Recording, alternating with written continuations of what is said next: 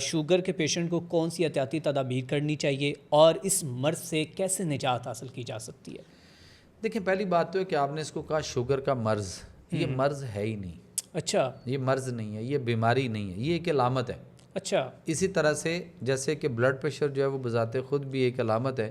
Mostly جتنے blood pressure کے patient ہیں ان کے اندر گیسز، ایکسیسو باول گیسز، معدہ تذابیت اور گیس ٹربل کی وجہ سے ان کا بلڈ پریشر شوٹ کر رہا ہے. ایک نمبر 2 جو آپ نے شوگر کی بات کی، شوگر جو ہے وہ اس وقت ایک وبائی شکل یوں اختیار کر گئی ہوئی ہے کہ ہم نے آٹا چھوڑ دیا، ہم میدے پہ چلے گئے، میدے پہ گئے اور اس کے ساتھ ساتھ ہم آگے سفید آٹے پہ.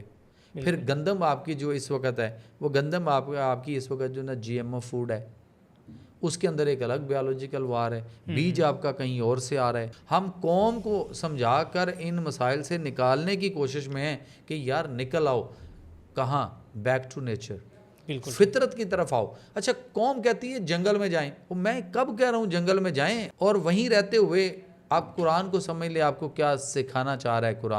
قرآن میں اللہ تعالیٰ نے سورہ روم ہے چیپٹر 30 اور ورس 30 اللہ فرماتے ہیں، آپ غور کیجئے گا، فطرت اللہ التی فطر الناس علیہ لا تبدیل لخلق اللہ ذالک الدین القیم ولکن اکثر الناس لا یعلمون. اب اللہ یہاں فرماتے ہیں گھروں میں آپ کے بھی قرآن ہے یار، کھول لو، ثواب کے لیے نہیں، ترجمے کے ساتھ پڑھنے کے لیے. اگر ریفرنس دیتا ہوں تو اس کو کھول لیا کرو، ریفرنس پڑھو. اب میں فطرت کی بات کرتا ہوں.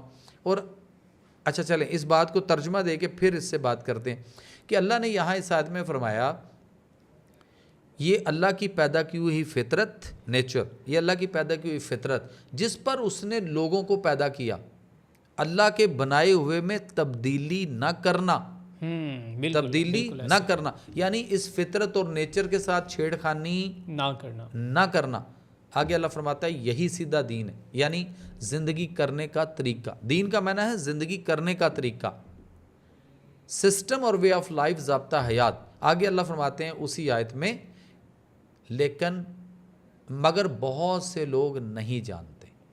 تو مجھے جب بار بار یہ سوچ آئی کہ مگر بہت سے لوگ نہیں جانتے تو میں ایک مشن لے کر وہ بہت سے وَلَكِنَّ أَكْثَرَ النَّاسِ لَا يَعْلَمُونَ کہ اکثریت لوگوں دی نہیں جان دی، میں ان کو بتانے کے لیے نکلا ہوں اور لوگ میرے کارواں کا حصہ بن رہے ہیں.